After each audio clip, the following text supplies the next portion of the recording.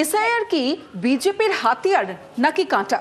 পদ্ম শিবিরের একসময়ের দাবি ছিল যে এসআইআর এ 1 কোটির বেশি মানুষের নাম বাদ যেতে পারে, কিন্তু নির্বাচন কমিশনের হিসেব বলছে 64 লক্ষের বেশি নাম বাদ যাবে।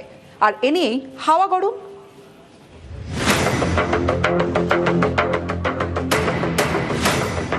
নাম তোলা বা খারিজ করার কমপ্লিট পাওয়ার ইআরওদের হাতে। যদি ভুয়া মানে সন্দেহজনক তাকে আপনি অ্যাকসেপ্ট করেন, সেক্ষেত্রে ইআরওদের বিরুদ্ধে আমরাও ফাইনাল ভোটার লিস্ট বেরোনোর পরে কোর্টে যেতে পারি। ইআরওরা যদি ভুয়া নাম রেখে দেয়, আমাদের কাছে যদি তথ্য থাকে, আমরা ডিইওর কাছে আপিল করতে পারবো, এবং ডিএম যদি আমাদের বক্তব্য না নেন, ভাইট করে, আমরা কিন্তু ফাইনালি সিওর কাছে আসতে পারবো।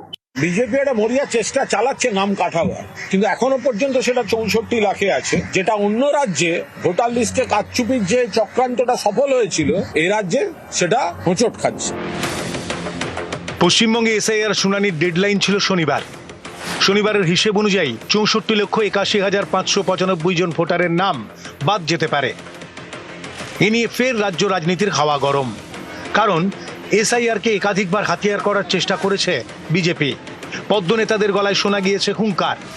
দাবি করেছেন এ রাজ্য থেকে প্রায় 1 কোটি ভোটারের নাম বাদ যাবে, যা তৃণমূলের ভোট ব্যাংকে প্রভাব ফেলবে। 1 কোটি নাম বাদ যাবে, লিখে রাখুন, ধারে আগে পরে হতে পারে, কিছু করার নেই। আমরা ডেট বানিয়ে দিয়েছি, নাম তো সব কাটবে। তারপরে তো 6 নম্বর 7 নম্বর 8 নম্বর ফর্ম রয়েছে, আমরা বসে আছি নাকি? আপনাদের বলি, রাখতে পারবে না।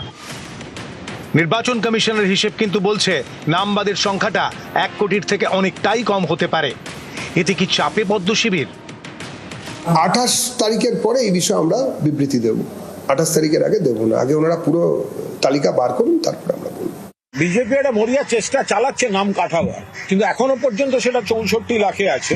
এই যে বিজেপি নেতারা বলেছেন 1 কোটি 2 কোটি বাদ দেবো, লাখ লাখ রোহিঙ্গা আছে বাদ দেবো, একজন রোহিঙ্গাকে ভোটার লিস্টে চিহ্নিত করতে পারেনি নির্বাচন কমিশন। যেভাবে মানুষকে ভয় দেখিয়েছে, হ্যারাস করেছে, মৃত্যুর মিছিল তৈরি করেছে, মানুষ তার জবাব দেবে। যেটা অন্য রাজ্যে ভোটার লিস্টে কারচুপির যে চক্রান্তটা সফল হয়েছিল, এই রাজ্যে সেটা হোঁচট খাচ্ছে। এসআইআর এর শুনানি শেষ, কত নাম বাদ যাবে তা নিয়ে রাজনীতির হাওয়া গরম। 28 ফেব্রুয়ারি চূড়ান্ত ভোটার তালিকা প্রকাশ। নিউজ 18 বাংলা।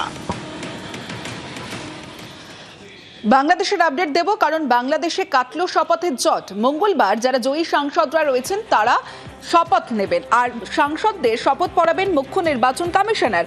আত্মগোপন স্পিকার, জেলবন্দি ডেপুটি স্পিকার, তাই শপথ পাঠ করাবেন মুখ্য নির্বাচন কমিশনার।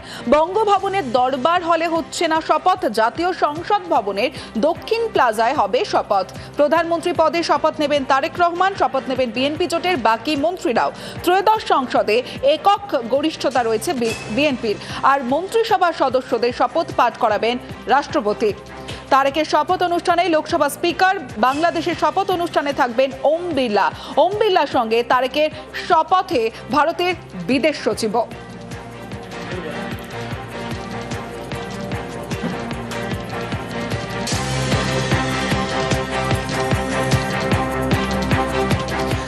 শিলিগুড়ি লাগোয়া জলপাইগুড়ির পোড়াঝাড়ে, আর সেখানে রীতিমতো তুলকালাম। তৃণমূলের 2 গোষ্ঠীর মধ্যে সংঘর্ষ, মার, বালি এবং পাথর সিন্ডিকেট, আর সেখানেই মার পাল্টা মার। অভিযোগ পঞ্চায়েত সদস্যের বিরুদ্ধে। ইতিমধ্যেই পঞ্চায়েত সদস্য সহ 5 জনকে গ্রেফতার করেছে পুলিশ।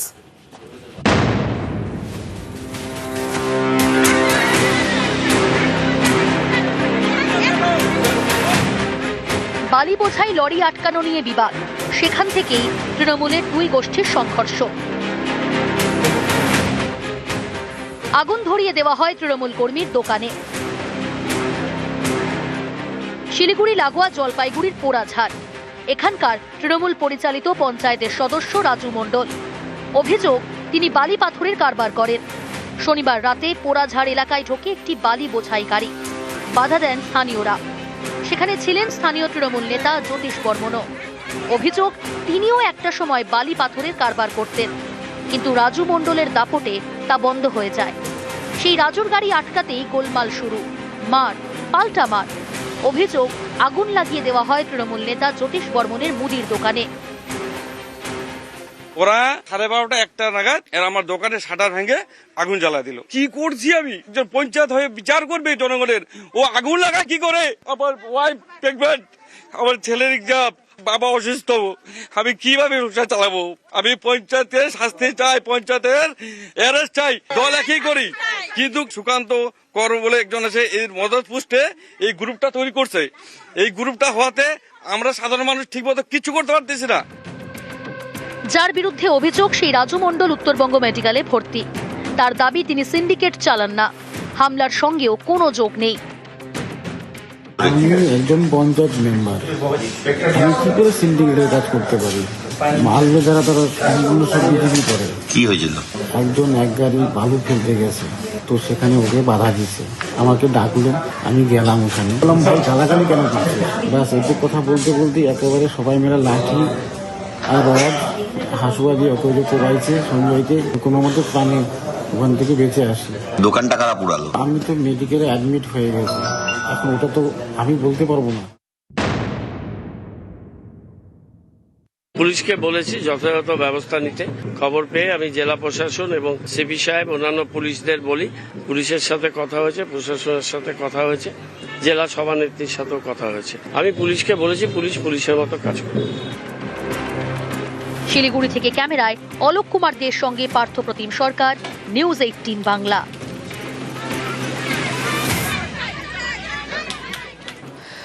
জলপাইগুড়িতে সিন্ডিকেট সংঘর্ষ, আর সেখানে যার দিকে অভিযোগ যার দিকে রাজু মণ্ডল পঞ্চায়েত সদস্য, আর সেই রাজু মণ্ডল 3 বছর আগে পঞ্চায়েত সদস্য হন। তারপরেই আমূল পরিবর্তন, থাকতেন একচালার ঘরে আর এখন 4 তলার পেল্লাই বাড়ি। দেখুন, টিনের চাল, ইটের দেওয়াল, ছোট্ট একটা বাড়ি। এই বাড়ির মালিক রাজু মণ্ডল। পঞ্চায়েত সদস্য হওয়ার পর এখন তার বিশাল বাড়ি। পঞ্চায়েত সদস্যর 4 তলা পেল্লায় বাড়ি। আগে 1 চালা, আর পঞ্চায়েত সদস্য হওয়ার পরে 4 তলা। মাত্র 3 বছরে এমন আলিশান বাড়ি হলো কিভাবে? স্থানীয়দের অভিযোগ, জলপাইগুড়ির পোড়াঝাড় পঞ্চায়েতের তৃণমূল সদস্য হওয়ার পর থেকে ভোল বদলে যায় রাজুর। শুরু করেন বালি পাথরের কারবার, জমির কারবার। অবৈধভাবে জমি বিক্রি করে, আর হচ্ছে এই বালু পাথরের বিজনেস ওরা অবৈধভাবে করে। ঘাটে কোনো রয়্যালিটি নেই, ওদের একটা গ্যাং, মহিলাদের আর ছেলেদের নিয়ে ওরা এই কাজগুলো চালায়। শনিবার রাতে এই রাজুর বিরুদ্ধে হামলা চালানোর অভিযোগ। পোড়াঝাড় এলাকায় ঢুকে বালি বোঝাই গাড়ি, সেই গাড়ি আটকান স্থানীয়রা। তাদের সঙ্গে ছিলেন স্থানীয় তৃণমূল নেতাও। এই সময় রাজুর দলবল হামলা চালায় বলে অভিযোগ। একসময় এই রাজু দিনমজুরি করে সংসার চালাতেন। 2012 সালে তৃণমূলের সঙ্গে ঘনিষ্ঠতা, এরপর পদও পান রাজু।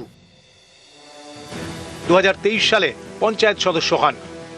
অভিযোগ, এরপর থেকেই রাজু মণ্ডল একেবারে বদলে যান। শুরু করেন বালি পাথর এবং জমির কারবার। গত বুধবার শিলিগুড়ির কাওয়াখালীতে মহানন্দার চর দখল মুক্ত করে সেচ দফতর। এই জমি রাজুর দলবলই দখল করেছিল বলে অভিযোগ। ও আগে থেকে গুন্ডামি করতো, তারপর আবার পঞ্চায়েত হওয়ার পরে তখন আবার গুন্ডামি বেড়ে গিয়েছে, আর সবাইকে মারধর করে, এরকম করে গুন্ডামি করে বেড়ায়। না না স্যার, ওগুলাতে জড়িত নাই। কারণ আমি ওর ছোট কাকিমা, আমাদের একই ফ্যামিলি। আমি কি সেটা জানতাম না? ও যদি জমির দালালি করে থাকতো? এটা ওরা ভুল অভিযোগ করতেছে। কারণ সামনে আমি যতটুকু বুঝতেছি সামনে ইলেকশন আছে, মানে যে কোনো ভাবে পঞ্চায়েতকে ফাঁসানোর চেষ্টা করতেছে।